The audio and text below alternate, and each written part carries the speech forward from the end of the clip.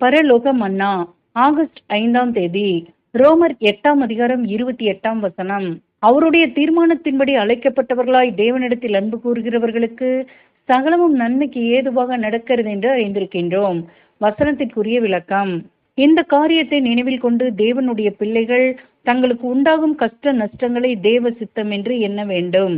சகலத்திலும் திருப்தி உள்ளவர்களாக இவை யாவும் நன்மைக்கென்றே இருக்கும் என்று உணர்ந்து தேவனுக்கு விரோதமாக ஒருபோதும் முறுமுறுத்தல் கூடாது.